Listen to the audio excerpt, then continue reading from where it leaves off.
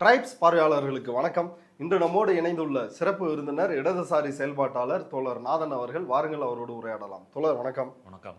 தென்மண்டல கவுன்சில் கூட்டம், அதாவது தென் மாநிலங்களின் முதல்வர்களின் கூட்டம் உள்துறை அமைச்சர் அமித்ஷா தலைமையில் இன்றைக்கு சென்னைக்கு அருகே உள்ள கோவளத்தில் நடைபெற்றிருக்குது. இந்த கூட்டத்தில் விஜய் பேசிய பேச்சு மிகப்பெரிய சர்ச்சையாக வெடித்திருக்கிறது.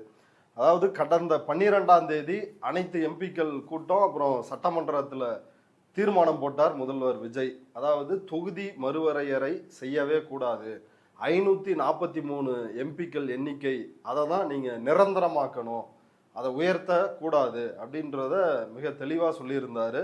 ஒருவேளை 50% எல்லா மாநிலங்களுக்கும் உயர்த்தப்படுது அப்படின்னு உயர்த்தி கொடுத்தா முதல்ல உயரும், ஆனால் தொகுதி மறுவரையறை ஆணையம் மறுவரையறை செய்யறப்ப நமக்கான தொகுதிகள் குறைந்து விடும், 39ன்றது குறைஞ்சிரும் அப்படின்னு விஜய் சட்டமன்றத்திலேயே பேசினார். தற்போதுள்ள மக்களவை உறுப்பினர்களின் எண்ணிக்கையான 543 என்ற அளவிலேயே நிரந்தரமாக வைப்பதற்கும், மாநிலங்களுக்கு இடையேயான எண்ணிக்கை பகிர்வை நிரந்தரமாக வைக்கவும், மேலும் தற்போது மக்களவை மற்றும் மாநிலங்களவையோட விகிதம் 2.2:1 என்ற அளவிலேயே நிலைநிறுத்த வேண்டும். ஆனால் இன்றைக்கு இந்த தென்மண்டல கவுன்சில் கூட்டத்தில் அமித்ஷா முன்னிலையில் விஜய் என்ன பேசியிருக்காருன்னா, பிரதிநிதித்துவ விகிதம் குறைந்து விடக்கூடாது, அதாவது நோ டீலிமிட்டேஷன் அப்படின்றத முன் வச்சாங்க. ஆனால் அந்த விகிதம் குறையாமல் இருந்தால் போதும், 39ன்ற நம்பர் இருந்தால் போதும் அப்படின்ற ரீதியில் அவங்க ஏற்கனவே அனைத்து கட்சி கூட்டம் தீர்மானம், இதுக்கு ஒரு முற்றிலும் எதிரான ஒரு நிலைப்பாட்டிற்கு விஜய் வந்திருக்கிறார். இது பற்றி உங்களுடைய கருத்து என்ன? என்னுடைய கருத்து, பாஸ் முன்னாடி உண்மையை பேசியிருக்கார். அமித்ஷா தான் பாஸ். நீங்கள் சொன்ன சட்டமன்ற தீர்மானத்தில், அவர் கொண்டு வந்த தீர்மானத்தில் 543 அப்படியே இருக்கணும், மகளிர் இடஒதுக்கீடுனா அதிலேயே செய்யணும், மாநிலங்களோட உறுப்பினர் அதனுடைய பிரதிநிதித்துவம் இப்போ இருக்கிற விகிதாச்சாரத்திலே இருக்கணும். ஓகே, ராஜ்யசபாவில் சட்டமன்றத்திலையும் இதே இருக்கணும். இவ்வளவும் அந்த தீர்மானத்தில் சொல்லியிருக்கிறார். அப்போ இதுலேருந்து நம்ம என்ன தெரிஞ்சுக்கலாம், அந்த 543 அப்படியே ஃப்ரீஸ் பண்ணணும், அதை கூட்டக்கூடாது. அப்போ தொகுதி வரையறை செய்யக்கூடாது. இதுதான் அந்த தீர்மானத்தினுடைய சாரம்.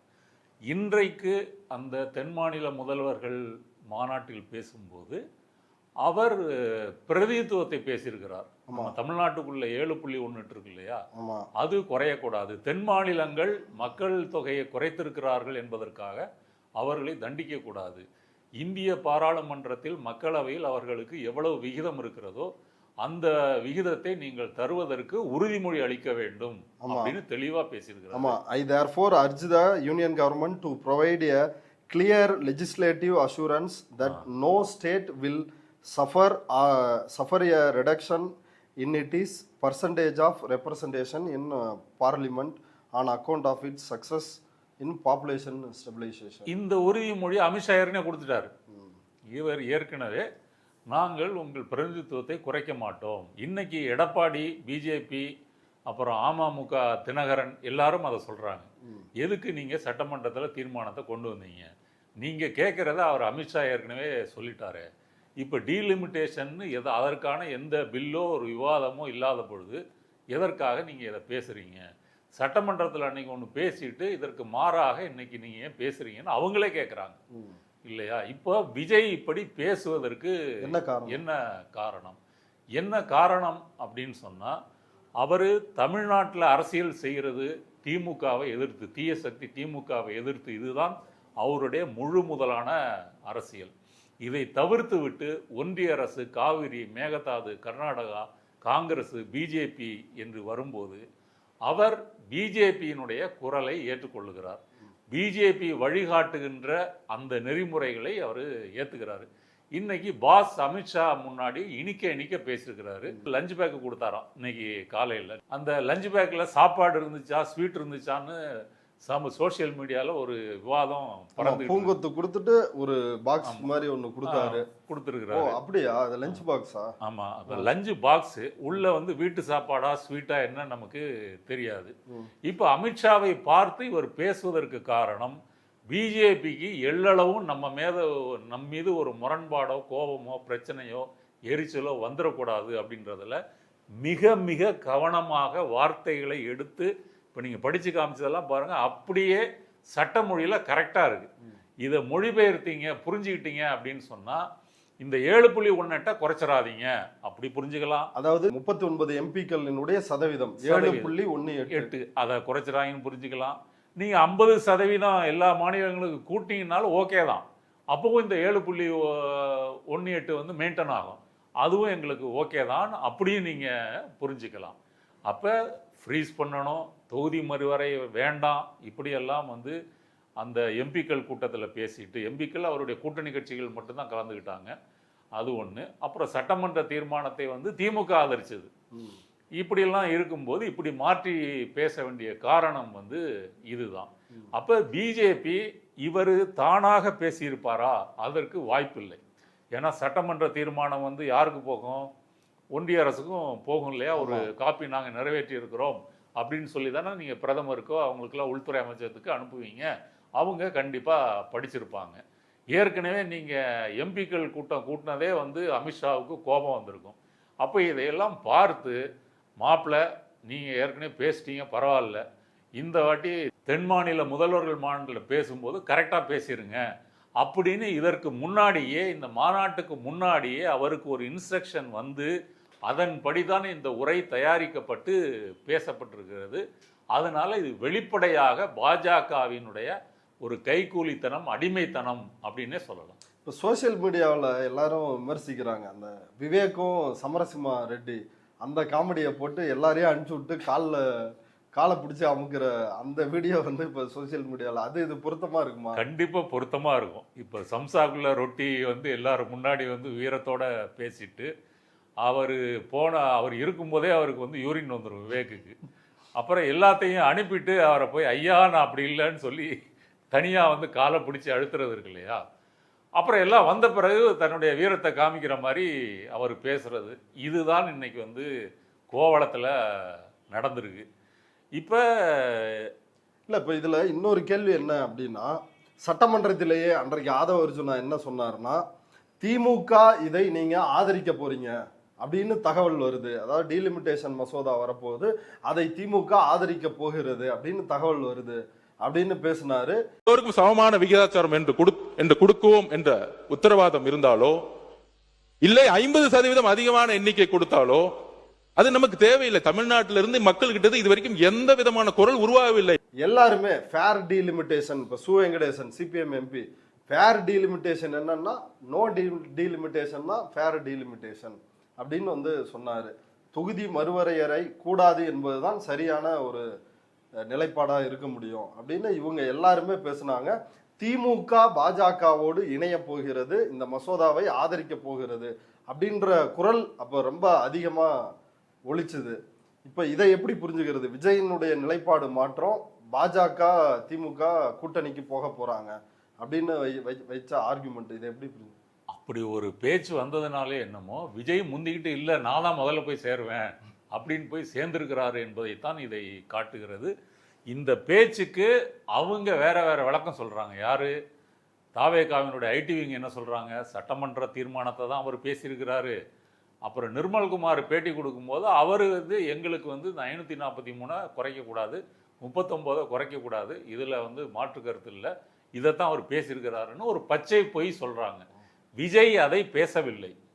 அவர் வந்து அந்த டீலிமிட்டேஷன் இந்த பிரச்சனைக்கு வர்றதுக்கு முன்னாடி என்ன சொல்கிறாரு?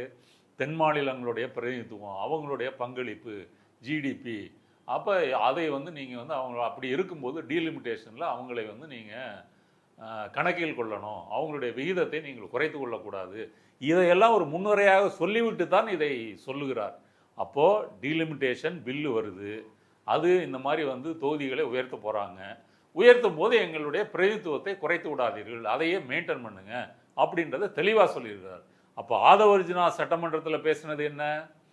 இந்த 543 கூட்டக்கூடாது, சமமான உயர்வு, சமமான பிரதிநிதித்துவம், விகிதாச்சாரம் 50% உயர்த்துறோம், அதையெல்லாம் ஏத்துக்கூடாது, எதையுமே ஏத்துக்க மாட்டோம். ஆனா விஜய் வந்து இன்றைக்கு அந்த பிரதிநிதித்துவ விகிதம் வந்து காக்கப்படணும் அப்படின்னு வந்து பேசுறாரு. அப்ப கண்டிப்பாக அவர்கள் சொல்வது போல அந்த சம்சாகுல ரொட்டி உதாரணம் வந்து மிகவும் பொருத்தமானது. இவர் பல்ட்டி அடித்து தான் பேசியிருக்கிறார், நேர் எதிராகத்தான் இதை பேசியிருக்கிறார்.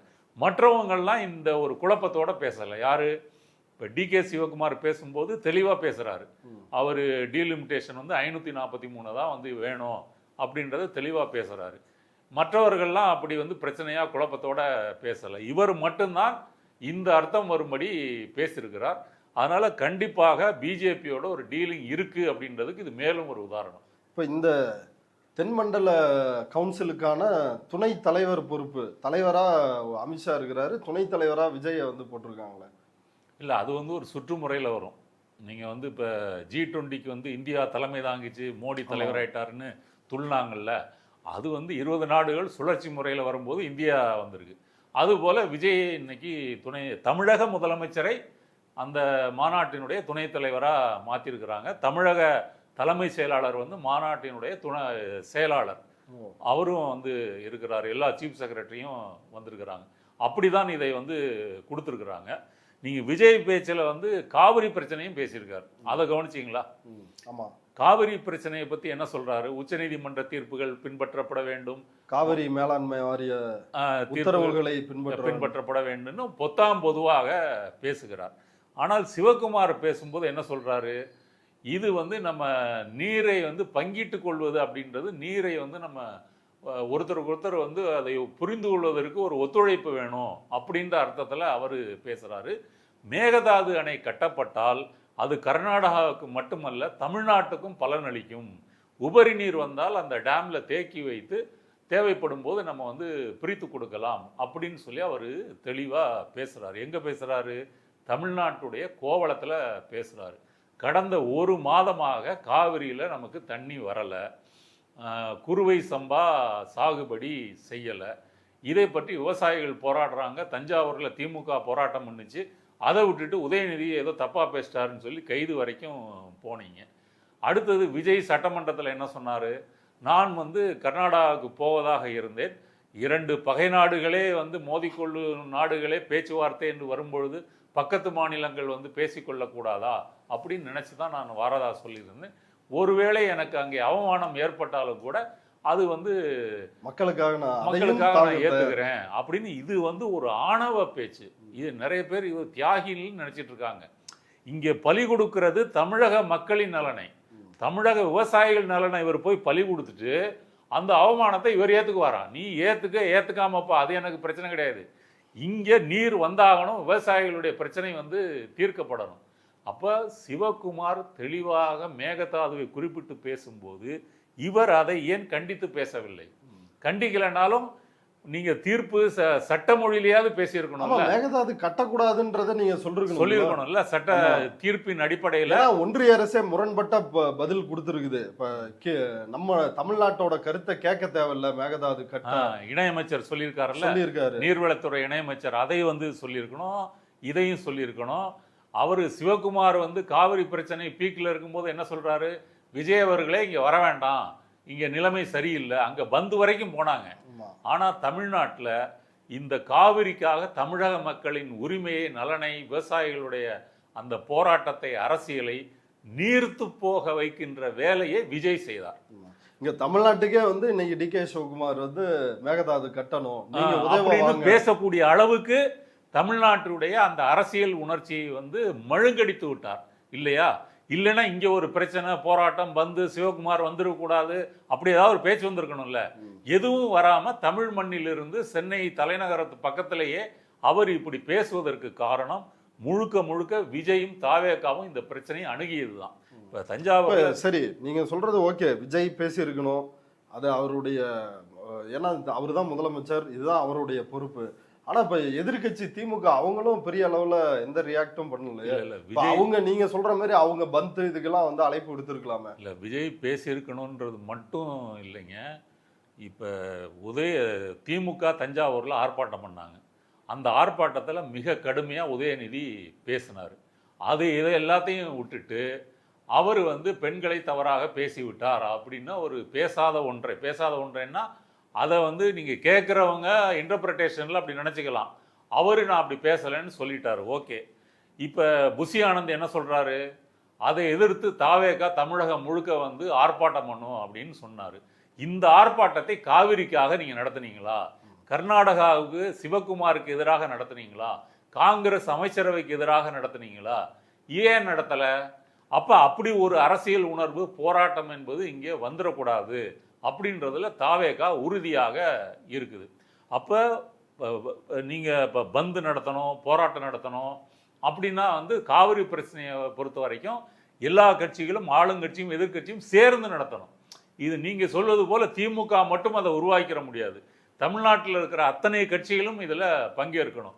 அதுக்கு முதல்ல அனைத்து கட்சி கூட்டத்தை கூட்டுங்கன்னு எல்லா எதிர்கட்சிகளும் தினசரி பேசுனாங்க, சட்டமன்றத்தில் பேசுனாங்க. அதுக்கு அவர் ஏதாவது செஞ்சாரா? செய்யலை. அப்போ எல்லா கட்சிகளையும் கூட்டி ஒரு கலெக்டிவ் டெசிஷனாக காவிரியில் தமிழ்நாடு ஒன்றுபட்டு நிற்குது அப்படின்றதை காட்ட தவறுவதை அவர்கள் வேண்டுமென்றே ரத்து செஞ்சுட்டாங்க. இப்படி ஒவ்வொரு தருணத்திலையும் இந்த காவிரிக்கான நமது உரிமையை அவர்கள் இழக்க செய்து விட்டார்கள். இன்னைக்கு பாருங்க, வருஷ நாடு மேகமலையில் அந்த மலை கிராமங்களில் இருக்கக்கூடிய சில ஆயிரம் மக்கள் குடும்பங்கள் வந்து காலி பண்ணணும், 98 கிராமங்கள் காலி பண்ணணும்னு சொல்லி உச்சநீதிமன்றம் சொல்லும்போது என்ன சொல்லுது? தமிழக அரசு 3 மாதம் டைம் கேட்குது. இந்த 3 மாதம் டைம்லாம் கொடுக்க முடியாது, நீங்கள் உடனே காலி பண்ணணும், இல்லைன்னா துணை ராணுவ படையை அனுப்புவோன்னு சொல்கிறான். ஆமாம், வர்ற 28ஆம் தேதிக்குள்ள துணை காலி பண்ணணுன்றாங்க. இப்போ நான் என்ன கேட்குறேன், காவிரியில் காவிரி நீர் மேலாண்மை ஆணையம் டெய்லி ஒரு டிஎம்சி வந்து 15 நாளைக்கு கொடுக்கணும்னு சொல்லுது. கர்நாடகா திறந்து விடலை. அங்கே மட்டும் நீங்கள் ஏன் துணை ராணுவ படையை அனுப்பணும்ல? உச்சநீதிமன்றத்தின் தீர்ப்பு இன்னைக்கு இல்லை, 2018 சொல்லியாச்சு. சொல்லி அப்பப்போ நீங்கள் காவிரி நீர் மேலாண்மை ஆணையம் சொல்கிறத திறந்து விடணும். திறந்து விடலைன்னா அங்கே அரசியல் சாசனம் தோல்வி அடைந்து விட்டது. தோல்வி அடைந்துருச்சுன்னா அமுல்படுத்துறதுக்கு துணை ராணுவத்தை அனுப்பணும். அங்கேயே அனுப்பலை, அங்கேயே உச்சநீதிமன்றத்தை கேட்கல. அப்போ இந்த மாதிரி கேள்விகளை மக்கள் மன்றத்தில் நம்ம வந்து கேட்கணும். இப்படி ஒரு அரசியல் உணர்வை வந்து உருவாக்கணும். அதை எதையும் செய்யாமல், அனைத்து கட்சிகள் கூட்டத்தை கூட்டாமல் இப்படி நீர்த்து போக செஞ்சதுனால தான் சிவகுமார் இன்னைக்கு இங்கே தமிழ் மண்ணில் வந்து இவ்வளவு வெளிப்படையாக அதை வந்து பேசுகிறார். இவர் பேசும்போது சட்டமொழியில் பேசுகிறார். உச்சநீதிமன்ற தீர்ப்பை யார் உச்சநீதிமன்ற தீர்ப்பை வந்து அமல்படுத்தலை? கர்நாடகா அமல்படுத்தலை. யார் தட்டி கேட்கணும்? காவிரி மேலாண்மை வாரியம், ஒன்றிய அரசு. அமித்ஷா தானே தட்டி கேட்கணும். அவர் தான் இங்கே தலைவராக வந்து உட்கார்ந்துருக்கிறாரு. அவரை கேட்கணும், நீங்க ஏன் நடவடிக்கை எடுக்கலை, நீங்க ஏன் சிஆர்பிஎஃப் அனுப்பலை, உச்சநீதிமன்றத்தில் அப்படியே நீங்க வந்து கேட்கலன்னு அங்கே வந்து கேட்கணும். அது எதுவும் கேட்காம நீங்களே கொஞ்சம் பார்த்து செய்யுங்க. போனால் போகுது, வக்கீல் வண்டுமுருகனுக்கு தெரியாதது ஒன்றும் இல்லை, நீங்கள் உங்களுக்கு தெரிந்த இதை பார்த்து தீர்ப்பளியுங்கள் இப்படின்ற மாதிரி பேசுறது சரியா? அதான் காங்கிரஸ் மேகதாது வந்து கட்டக்கூடாதுன்னா காங்கிரஸுக்கு வலிக்கும், அதனால அதை பேசாத. ஆமா, இங்க வந்து நோ டீலிமிட்டேஷன் பேசுனா பிஜேபிக்கு வலிக்கும், அதை பேசாத. இல்ல, காவிரிக்கும் வந்து பிஜேபிக்கு வந்து கர்நாடகானா வலிக்கு தான் செய்யும். ஏன் அப்படின்னா கர்நாடகால 2 பேருமே ஆளுங்கட்சிகள். இன்னைக்கு காங்கிரஸ், நேத்து பிஜேபி, நாளைக்கு பிஜேபி மீண்டும் வரலாம். ஏற்கனவே பொம்மை இருக்கிறப்ப இதே பிரச்சனை. ஆமா, அப்ப தமிழ்நாட்டில் அவர்கள் ஆளுங்கட்சியும் இல்லை, இங்க ஒரு பெரிய பலமும் இல்லை. அப்ப ரெண்டையும் ஒப்பிட்டு பார்க்கும்போது கர்நாடகா தான் உங்களுக்கு முக்கியம், பிஜேபிக்கும் சரி காங்கிரஸுக்கும் சரி. ராகுல் காந்தி இங்க வரும்போது கேட்டதுக்கு என்ன சொன்னாரு? இதை பத்தி ஒன்றும் சொல்லலை. காவிரி பத்தி கேட்டதுக்கு ஒன்றும் சொல்லல, போயிட்டாரு. ஆனா போன தேர்தல் பிரச்சாரத்துல சிகப்பு கலர் அரசியல் சாசன புத்தகத்தை வைத்துக்கொண்டு இங்கே அரசியல் சாசனத்துக்கு மோடி அரசால் ஆபத்து ஏற்பட்டிருக்கிறது, இதை நம்ம காப்பாற்ற வேண்டும் அப்படின்னு சொன்னாரு. அதுதானே கர்நாடகத்தில் நடக்குது. அங்க காவிரி தண்ணீரை தரமாட்டேன்னு சொல்வதன் மூலமாக அரசியல் சட்டத்தை மீறுகிறது இல்லையா? இப்ப சபரிமலை தீர்ப்பு வந்த போது அமித்ஷா என்ன சொன்னாரு? உச்ச நீதிமன்றம் அந்த தீர்ப்பை அமல்படுத்தும் விதத்துல வந்து வழங்கணுமே தவிர மாதிரி தீர்ப்புகளை கொடுக்கணும். ஆமா, அமல்படுத்த முடியாதபடி நீங்க அதை அழிக்க கூடாது அப்படின்னு சொன்னாங்க. சரி, உச்ச நீதிமன்றம் அங்க வந்து சிஆர்பிஎஃப் அனுப்பிச்சா பெண்கள் எல்லாம் உள்ள கொண்டு போங்க, துணை ராணுவ படை அனுப்பலையே. அப்போ வருஷ நாடு மேகமலைக்கு மட்டும் ஏன் அனுப்புறீங்க? அப்ப இது ஒரு பலவீனமான கவர்மெண்ட். விஜயை பொறுத்தவரை ஒன்றிய அரசினுடைய ஒரு என்ன சொல்றது, ஒரு ஃபுட்பால் மாதிரி இருக்கு. எங்க வேணா அடிக்கலாம், என்ன வேணா செஞ்சுக்கலாம் அப்படின்ற முறையில் மிக மிக ஒரு பலவீனமான அரசா இருக்கிறதுனால தான் சிவகுமார் மேகதாதை பத்தி பேசுறாரு, விஜய் வந்து அமித்ஷாட்ட சரண்டர் ஆகி பேசுறாரு. அவர் மொத்த பேச்சையும் பார்த்தீங்கன்னா தென் மாநிலங்களுடைய பங்களிப்பு அது இதுன்னு பேசுறாரே தவிர தமிழ்நாட்டின் முதல்வராக தமிழ்நாட்டின் உரிமையை பற்றி அப்படி தனி தரவுகளோட பேசல. சிவகுமார் பேசுறாரு, கர்நாடகாவோட ஜிடிபி என்ன, அங்கிருந்து எலக்ட்ரானிக்ஸ் மென்பொருள் வந்து எவ்வளவு ஏற்றுமதி செய்கிறோம், அதில் இந்திய அளவில் எங்களுடைய விகிதம் வந்து என்ன, நீங்கள் எவ்வளோ பணம் கொடுக்குறீங்க, நாங்கள் எவ்வளோ கொடுக்குறோம், எங்களுடைய நிதி பகிர்வை நீங்கள் எவ்வளோ கூட்டணும், இப்படி துல்லியமாக தனித்தனியாக சொல்கிறாரு. இவர் அது மாதிரி பேசலை, பொதுவாக. ஆமாம், எல்லாம் பொதுவாக பேசுகிறாரு.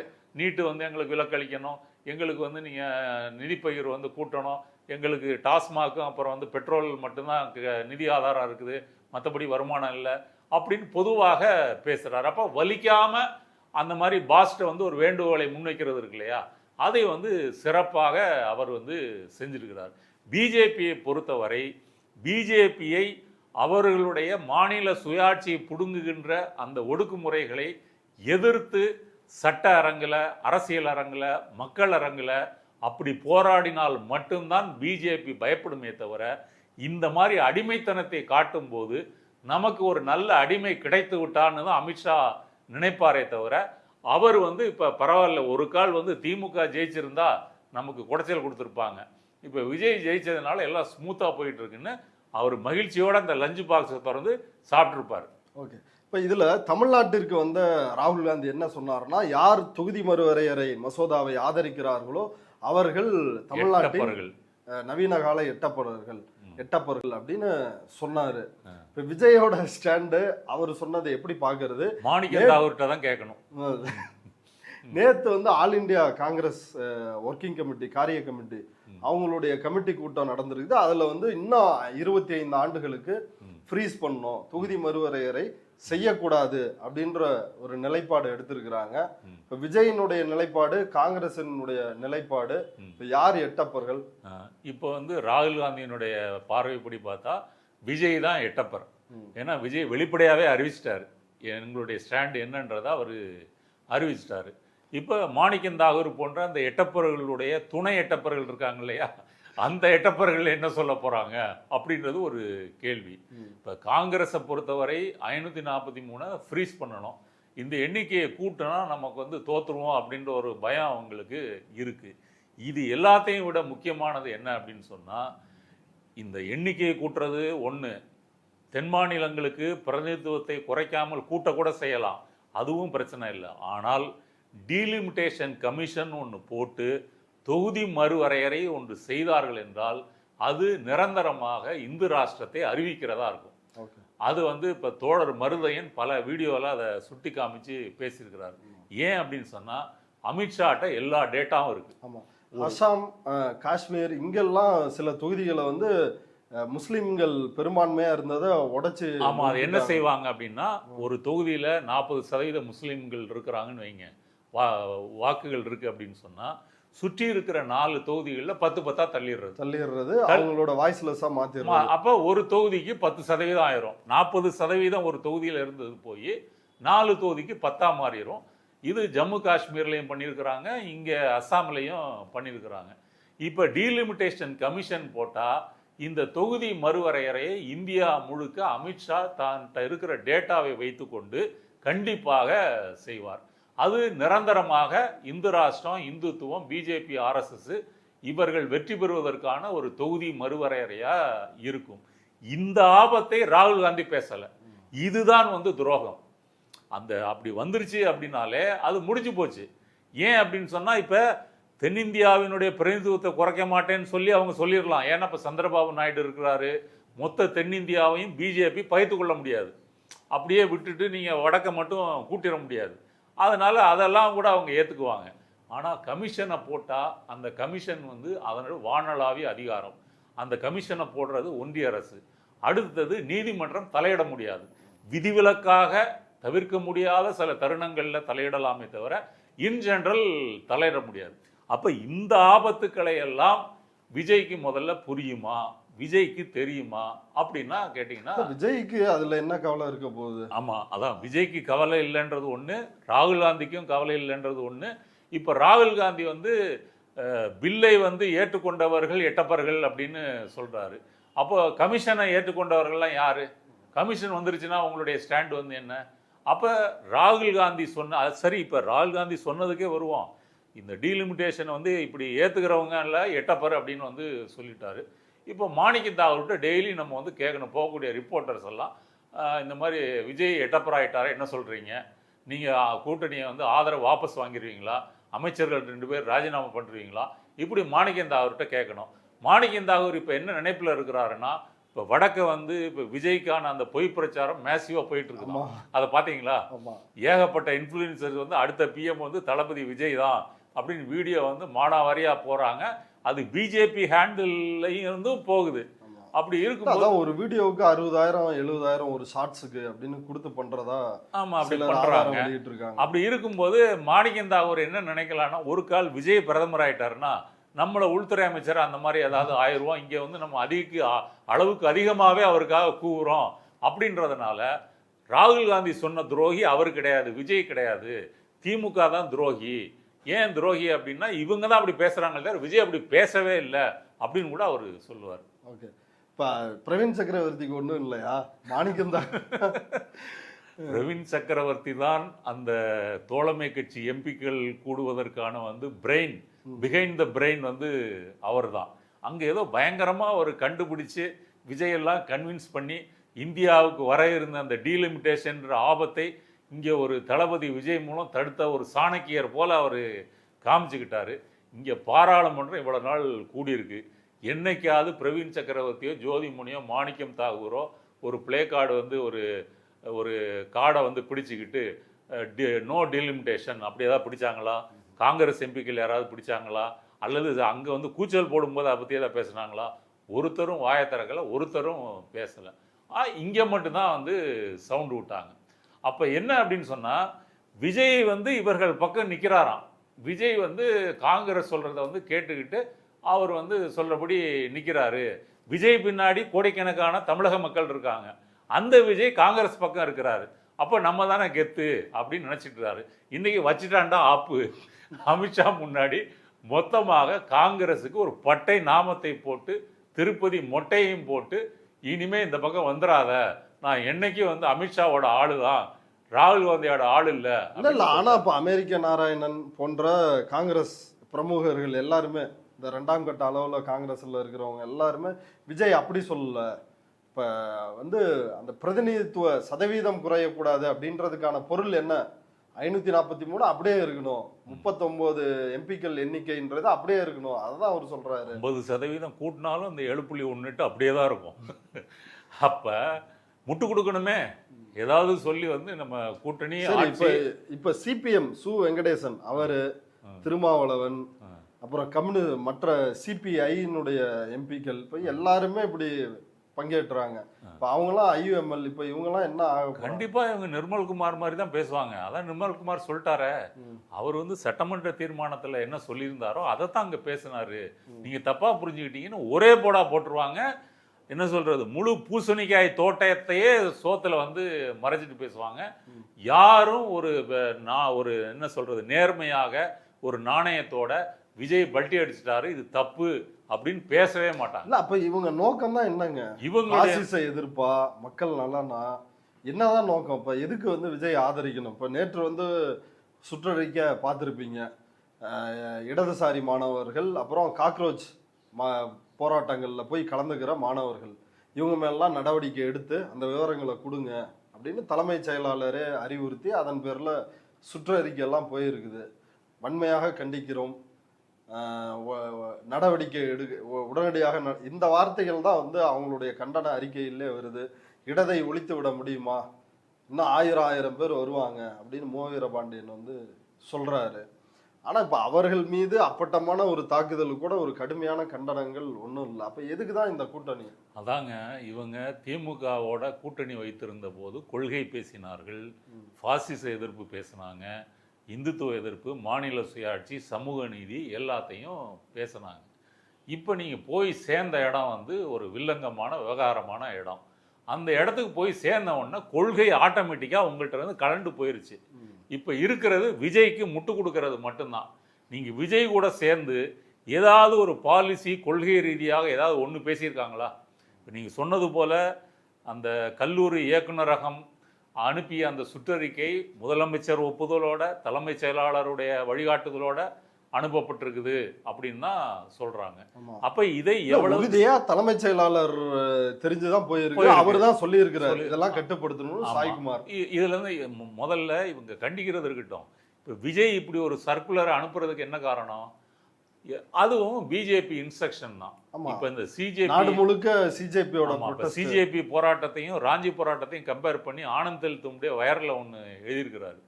டெல்லி போராட்டம் வந்து எப்படி வந்து ஊடகங்களுடைய பிரச்சாரத்தை தாண்டி போனது, சோஷியல் மீடியாவில் எப்படி பரவிச்சு, அங்கே ஜென்சி வந்து எப்படி வந்தாங்க, அப்படி பல விஷயங்களை ஒப்பிட்டு அவர் சொல்கிறாரு.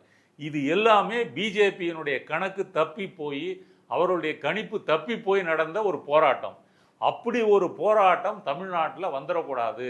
எங்கெல்லாம் பிஜேபி ஆட்சி நடக்குதோ, எங்கெல்லாம் வந்து பிஜேபியினுடைய ஆதரவாளர்கள் ஆள்றாங்களோ அங்கெல்லாம் வந்துடக்கூடாதுன்னு அவங்க ஒரு இன்ஸ்ட்ரக்ஷன் மறைமுகமாக கூட கொடுத்துருக்கலாம். அதை இவர் தலைமை செயலாளர் யாரு? ஒரு சங்கி தானே. அவர் தேர்தல் ஆணையம் இங்க தேர்தல் காலத்துல கொண்டு வரப்பட்டவர் தானே. இன்னைக்கு அவர் தானே பதவி நீட்டிப்பு கொடுத்திருக்கிறது. அவர் பதவி காலம் முடிஞ்சு நீட்டிப்பு கொடுத்திருக்கிறது விஜய் அவர் தான். அப்படி இருக்கும்போது அவர் இது ஆலூர் ஷானவாஸ் இதை குறிப்பிட்டு இது பாஜக ஆட்சின்னு விமர்சனம் சொல்றாரு. ரெண்டாவது, இது முதல் முறையா இந்த சுற்றறிக்கை? ஏற்கனவே நீங்க நீட் எதிர்ப்பு போராட்டத்தை வந்து மாணவர்களை குண்டுகட்டா தூக்கிட்டு போனீங்க, கேஸ் போட்டீங்க, ஆர்ப்பாட்டத்துக்கு அனுமதி கொடுக்கல, திராவிடர் கழகம் இருசக்கர வாகனம் அப்படி பண்ணீங்க, இருசக்கர வாகன பிரச்சாரத்துக்கு தடை போட்டு பெரியார் திடல போலீஸ் போட்டீங்க, மெரினா பீச்சில் போலீஸ் போட்டீங்க. அப்போ இது திடீர்னு நடக்கலை, இதுக்கு பின்னாடி ஒரு ஹிஸ்டரி இருக்கு. அப்போ நேரடியாக பிஜேபியின் மொழியை அமல்படுத்துகின்ற ஒரு சர்வாதிகார போக்கை தாவேகா இங்கே செய்யுது. அதனால தான் இந்த சுற்றறிக்கை. இந்த சுற்றறிக்கையை கூட உங்களுக்கு கண்டிப்பதற்கு துப்பில்லை வக்கில்லை அப்படின்னு சொன்னால் நீங்கள்லாம் வந்து கட்சி நடத்துறதுக்கே அருகதை இல்லை. இப்போ தோழர் கனகராஜ், தோழர் ஆதவன் தீக்ஷன்யா போன்றவர்கள் இதை கண்டிக்கிறார்கள், கடுமையாக எதிர்க்கிறாங்க. ஒரு பாதி தோழர்கள் இதை எதிர்க்கிறாங்க. ஆனால் சண்முகம் தலைமையில் உள்ள மிச்ச பாதி பேர் இதுக்கு முட்டு கொடுக்குறாங்க. விசிகா முட்டு கொடுக்குது, முஸ்லீம் லீக்கு சொல்லவே வேணாம். அப்போ எல்லாரும் வந்து இன்னைக்கு விஜய் பேசுனது என்னன்னு கேட்டிங்கன்னா, கண்டிப்பாக இப்படி முட்டு தான் கொடுப்பாங்களே தவிர அவரு அமைச்சர். அப்ப இவங்களோட நோக்கம் தான், இவங்களுடைய நோக்கம் வந்து விஜய் மூலம் ஒரு அமைச்சர் கிடைச்சிருக்கிறாங்க, ஆளுக்கு ஒரு அமைச்சர், காங்கிரஸுக்கு 2, மற்றவங்களுக்குலாம் ஒரு அமைச்சர் கிடைச்சிருக்கிறாங்க.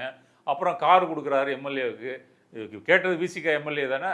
இப்படி வந்து அவர் கேட்டதெல்லாம் செய்கிறாரு, நீங்கள் சில விஷயங்கள் செய்கிறீங்க, அதிகாரத்தில் பங்கெடுத்துட்டீங்க, அவ்வளோதான். இனிமேல் உங்களுக்கு கொள்கை முக்கியம் இல்லை, திருப்பரங்குன்றம் முக்கியம் இல்லை, அந்த ஃபாரின் கான்ட்ரிபியூஷன் ரெகுலேஷன் பில் அது வந்து முக்கியம் இல்லை, சிறுபான்மையினர் பாதுகாப்பு முக்கியம் இல்லை, டீலிமிட்டேஷன் முக்கியம் இல்லை, விஜய் ஆட்சியில் இருக்கணும், அதன் மூலம் நமக்கு ஒரு ஆதாயம் அடையணும். இந்த அதிகார பசி, இந்த அதிகாரத்தில் கலந்து கொண்டு கொள்கையை துறந்து விடுவது அப்படின்றதான் இவங்க எல்லாருக்கும் பொருந்தும். ஆனால் கம்யூனிஸ்டுகள் அப்படி இல்லையே, அவங்க வெளியில் இருந்தானே ஆதரவு, அவங்களுக்கு என்ன தேவை இருக்குல்ல. கம்யூனிஸ்ட் கட்சிகள் பொறுத்தவரை உள்ளுக்குள்ள ஒரு முரண்பாடு இருக்குங்க.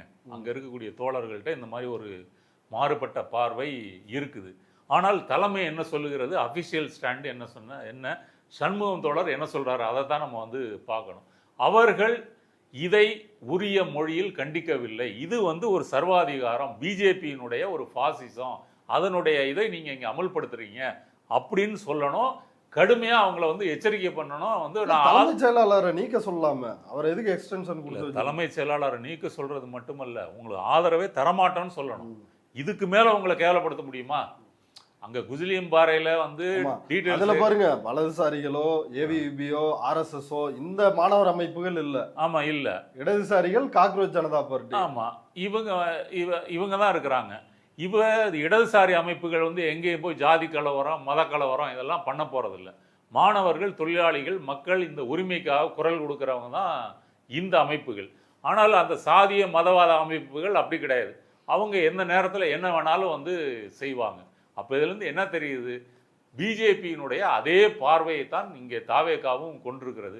இல்லைன்னா இப்படி ஒரு சர்க்குலர், இந்த நீட் எதிர்ப்பு போராட்டத்தை முடக்குவதற்கான இவ்வளவு உத்திகள் இதெல்லாம் தமிழ்நாட்டில் நடந்திருப்பதற்கு வாய்ப்பே இல்லை.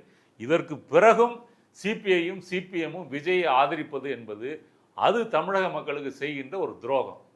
இப்போ இதில் இன்னொரு முக்கியமான விஷயம், விசிகாவினுடைய முதன்மை செயலாளர், துணை பொதுச் செயலாளர் ஆலூர் ஷானவாஸ் அவர் மறைமுக பாஜக ஆட்சி இங்கு நடைபெறுகிறது அப்படின்னு சொன்னதுக்கு ஆதாரமா அவர் பேட்டி கொடுத்த டைமை விட இப்போ அதிகமான ஆதாரங்கள் வந்து ஒன்றா வெளியில வந்துட்டு இருக்குது. ஆனால் இப்படிப்பட்ட ஒரு சூழலில் தான் தாவேகா அரசோட நாங்கள் வந்து கூட்டணியில் வந்து இருக்கிறோம் அப்படின்னு வெளிப்படையாக திருமாவளவன் பேசியிருக்கிறார்.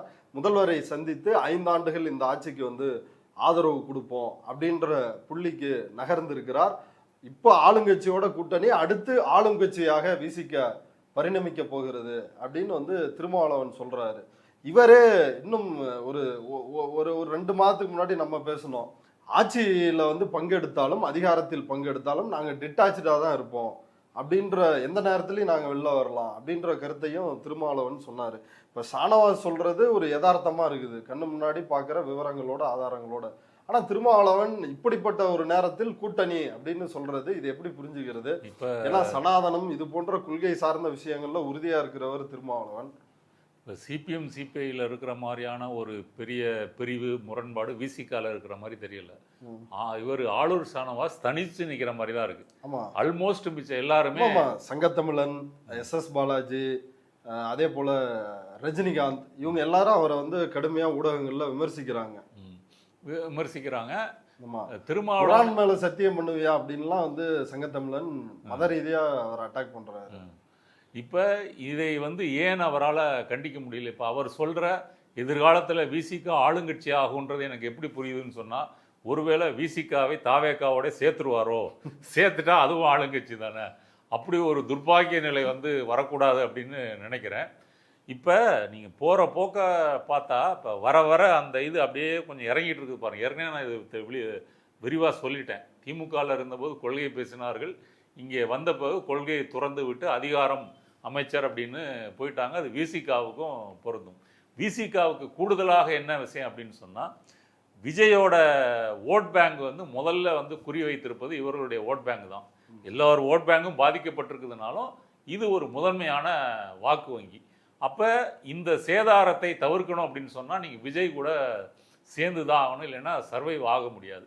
அப்புறம் விஜய் ஒரு மேலோட்டமான ஒரு பிஜேபி எதிர்க்கிறாரு, கொள்கை எதிரின்னு சொல்கிறாரு, மதசார்பற்றோன்னு இப்படி அப்படி ஒரு இது இருக்குல்ல சொல்லிக்கிறதுக்கு, அதை வைத்துக்கொண்டு இவர்கள் தங்களை நியாயப்படுத்துகிறாங்க. ஆனால் இந்த 100 நாளில் என்ன நடந்திருக்கு? அது வர வர அந்த மேலோட்டமான அந்த கொள்கை எதிரி அந்த இதெல்லாம் அந்த பெருங்காய டப்பாலாம் இன்னைக்கு முடிஞ்சு போச்சு. அந்த வாசனையே இன்னைக்கு தாவேக்கால இல்லை என்பது தான் இந்த தென் மாநில முதல்வர்கள் மாநாட்டில் விஜய் வந்து பேசினது. அதனால விசிகாவுக்கு இது வந்து ஒரு கடைசி வாணி. நீங்கள் இந்துத்துவ எதிர்ப்பில் பாசிச எதிர்ப்பில் உறுதியாக இருக்கிறீர்களா இல்லையா? இருக்கணும் அப்படின்னு சொன்னால் விஜய் சகவாசம் உங்களது கொள்கையை அழித்து விடும், உங்கள் தனித்துவத்தை அழித்து விடும், உங்களோட அம்பேத்கர் சொல்லி கொடுத்ததெல்லாம் நீங்கள் வந்து மறந்துடுவீங்க. இது நடக்கக்கூடாதுன்னா விட்டுட்டு வெளியே வாங்க. அதை தான் நான் சொல்கிறேன்.